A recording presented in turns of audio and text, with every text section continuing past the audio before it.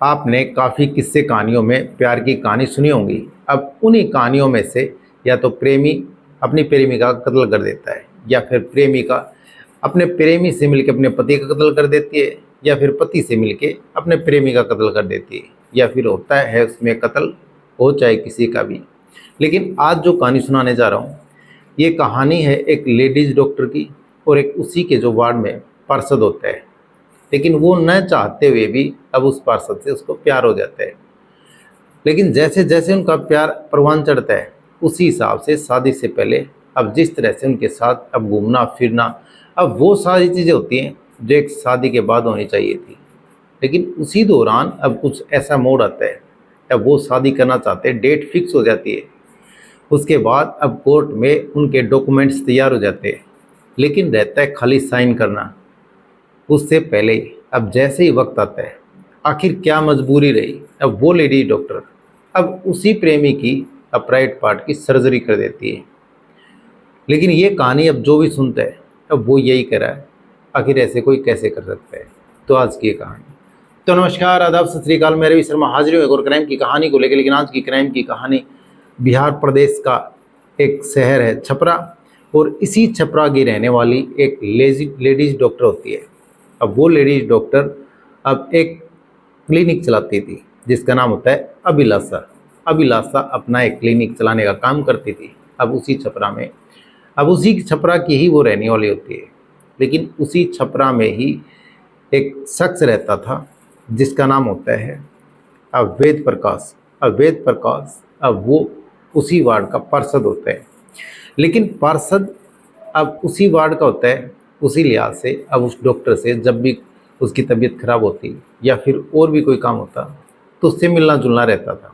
उसी हिसाब से अब उसका अब जो भी काम होता वहाँ जाता आता रहता था और मिलता रहता था।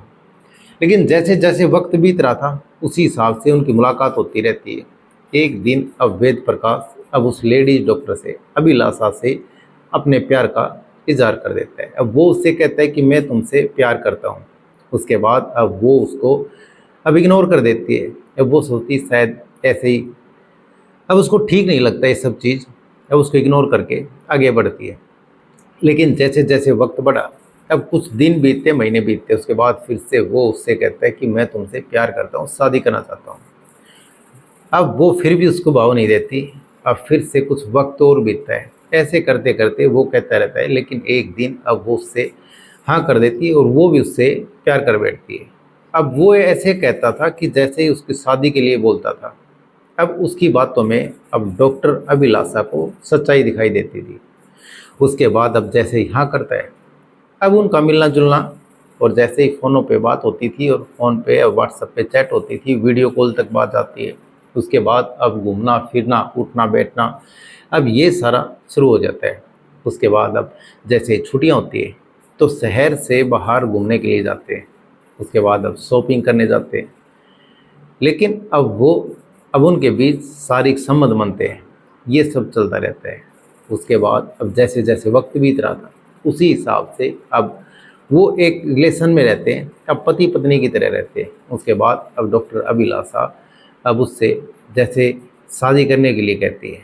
लेकिन वो एक पार्षद होता है, लेकिन एक जिस तरह से अब औरों को अब वो ऐसे ही डला देता है, अब बात कह करके अब उसको आगे बढ़ा देता है या पीछे कर देता है। अब आगे पीछे करने का काम जिस तरह से एक पार्षद करता है उसी हिसाब से अब वो ये सब करता रहता है। उसके बाद अब जैसे जैसे वक्त आगे बढ़ रहा था उसी हिसाब से एक दिन फिर से अभिलाषा कहती है कि हमको अब शादी कर लेना चाहिए। उसके बाद अब वो शादी के लिए अब बोलता है ठीक है।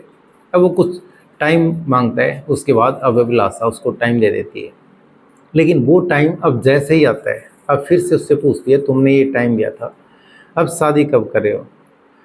उसके बाद अब वो कहता है ठीक है मैं देखता हूँ। उसके बाद अब जैसे ही वो ये कहता है कि ठीक है मैं कुछ करता हूँ, जल्दी शादी करेंगे। लेकिन अब उधर से अब घर वालों को पता चलता है अब अभिलाषा इससे प्यार करती है। अब घर वाले भी अभिलाषा के ऊपर प्रेशर करते हैं। अब वो भी कहते हैं कि तुम शादी कर रही हो तो फिर जल्दी करो। लेकिन ये अब जिस तरह से तुम रह रहे हो ये समाज के लिए थोड़ा ठीक नहीं है। उसके बाद अब फिर जो अभिलाषा का भाई होता है वो भी अब इस पार्षद से बात करता है। अब चारों तरफ से अब ये पार्षद गिरता है। उसके बाद अब वेद प्रकाश जिस तरह से एकदम से अब जो अभिलाषा के दबाव में, प्रेशर में एक डेट फिक्स कर देता है। उसके बाद अब वो कहता है ठीक है, मैं 31 जून को अब शादी की डेट फिक्स कर देता है और बोलता है ठीक है 31 जून को हम शादी कर लेंगे। उसके बाद जैसे ही अब जून के लास्ट के महीने में अब वो टाइम रखता है। उसके बाद अब जैसे ही अभिलाषा खुश हो जाती है, उसके बाद अब घर वाले भी खुश हो जाते हैं। अब वो सोचते हैं कि अब शादी की डेट फिक्स हो गई। उसके बाद वो तैयारियां करते हैं, लेकिन अभिलाषा भी अब अपनी हाथों में मेहंदी रचाती है। उसके बाद अब वो सारी वो जो खुशियाँ होती हैं, एक लड़की जैसे सती समझती है वो सब अपना काम करती है और वो शॉपिंग करने की अब स्टार्ट कर देती है। जो भी बाजार के काम होते थे, जो भी कुछ लाना होता था या जो खरीदारी करनी होती थी। उसके बाद अब शादी की तारीख नज़दीक आ जाती है, लेकिन जैसे ही नज़दीक आती है अब अभिलाषा अब कोर्ट में जा कर के सारे अब डॉक्यूमेंट्स तैयार कराती है। उसके बाद अब जैसे ही 31 जून आती है अब वो कोर्ट पहुंच जाती है। उसके बाद अब वो अभिलाषा अब उसके पास फ़ोन करती है, वेद प्रकाश के पास। लेकिन डॉक्टर अभिलाषा फ़ोन जैसे ही फ़ोन करती है, शुरुआत में तो वो उठाता नहीं है। उसके बाद जैसे ही कुछ कॉल जाते हैं अब वो स्विच ऑफ कर देती है, अब उसको फ़ोन को बंद कर देता है। अब वेद प्रकाश जैसे ही बंद करता है फ़ोन को, अभिलाषा सोचती है आखिर ये हुआ क्या है। उसके बाद अब वो कुछ टाइम वेट करते हैं। सोचा कुछ मजबूरी हो, उसी वजह से कोई फ़ोन बंद किया हो। उसके बाद भी अब वेट कर लेते हैं, लेकिन फिर भी फ़ोन नहीं मिलता। अब उसका इधर से उधर पता करते हैं, लेकिन कोई उसका अता पता नहीं चलता। उसके बाद अब अभिलाषा सोचती है कि तुमको ये शायद धोखा तो नहीं दे रहा। उसके बाद वो घर आ जाते हैं। घर आने के बाद अब डिस्कस होती है, लेकिन अब वो मायूस हो जाती है। अब जो उसने अपना शॉपिंग की थी या हाथों में उसके लिए मेहंदी सजाई थी, अब उसके अरमान टूट जाते हैं और उसके बाद वो डॉक्टर अभिलाषा मायूस हो जाती है।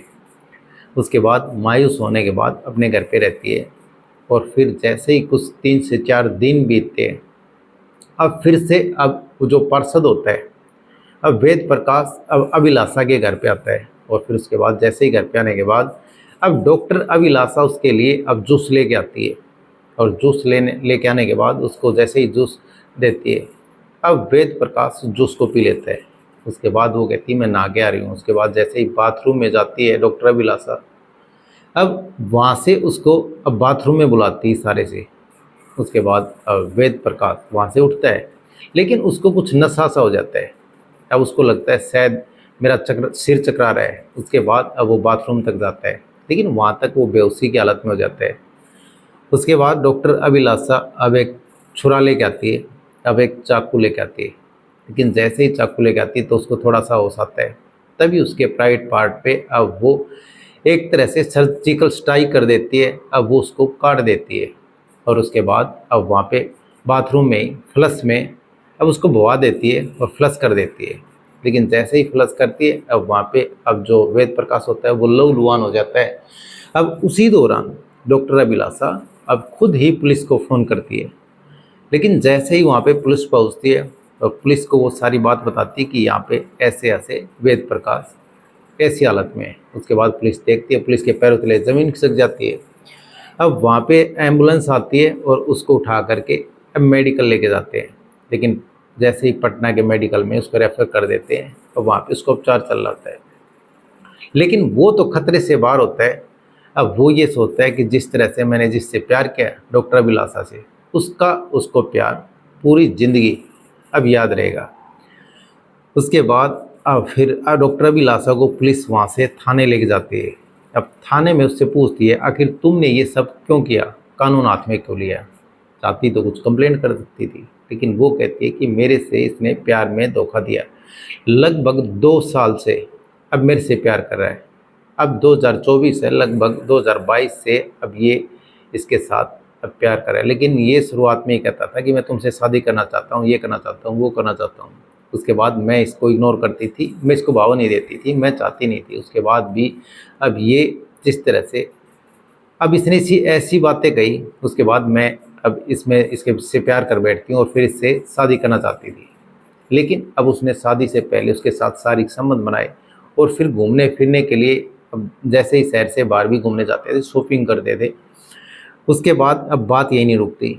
अब इसने अब इसका 2 बार अब अबॉर्शन कराया। लेकिन अब जिस तरह से अब 2 बार गर्भ गिराने का काम करता है, अब वेद प्रकाश इसको अब ये कहता है कि तुम गर्भ गिरा दो। उसके बाद अब डॉक्टर ने एक बार गर्भ गिराया, उसके बाद फिर से अब डॉक्टर अभिलाषा के गर्भ ठहर जाता है और फिर से वो अब गर्भ गिराती है। लेकिन ये प्रक्रिया 2 बार होती है। अब ये पुलिस के सामने अब डॉक्टर अभिलाषा बताती है। अब 2 साल तक ये सब चलता रहता है और जैसे ही मैं शादी के लिए बोलती हूँ उसके बाद अब ये फिर अब इधर से उधर की बातें करता रहता है। लेकिन जैसे ही अब इसने अब जून के महीने में लास्ट में शादी करने के लिए एक डेट फिक्स कर दी, उसके बाद अब कोर्ट में जाते हैं और सारे अब डॉक्यूमेंट्स तैयार करते हैं। उसके बाद ये अपना फ़ोन स्विच ऑफ कर लेता है, उठाता नहीं है और फिर 3-4 दिन बाद अब फिर घर आता है। लेकिन मेरे को अब बहुत गुस्सा था और मेरे को इस चीज़ का बदला लेना था। लेकिन मैंने जो किया वो किया, अब चाहे मेरे को कुछ भी हो जाए। लेकिन किस तरह से डॉक्टर अभिलाषा के साथ अब वेद प्रकाश जो कि पार्षद होते हुए भी अब उसके साथ 2 साल तक पिछले 2 साल से फिजिकल रिलेशन बनाता रहता है और 2 बार गर्भ गिराने का काम करता है। अब इसने तैस में आके, गुस्से में आके अब उसके प्राइवेट पार्ट को घर जैसे ही आता है नशीला अब जूस देती है। उसके बाद अब बाथरूम में बुला करके उसके प्राइवेट पार्ट को अब काट करके फ्लश कर देती है। लेकिन जिस तरह से वेद प्रकाश का काम तमाम हो गया, अब फिलहाल पुलिस आगे की कार्रवाई कर रही है। लेकिन ये कहानी सुनाने का मतलब किसी का दिल दुखाना नहीं, ये किसी की भावनाओं को ठेस पहुंचाना नहीं। ये कहानी सुनाने का मतलब आप सतर्क रहें, सावधान रहें। तो कैसी लगी आज की कहानी कमेंट सेक्शन में जरूर बताएं। वीडियो को लाइक कर दे, चैनल को सब्सक्राइब कर दे, बेल आइकन को प्रेस कर दे ताकि हर वीडियो का नोटिफिकेशन मिलता रहे। जय हिंद, जय भारत।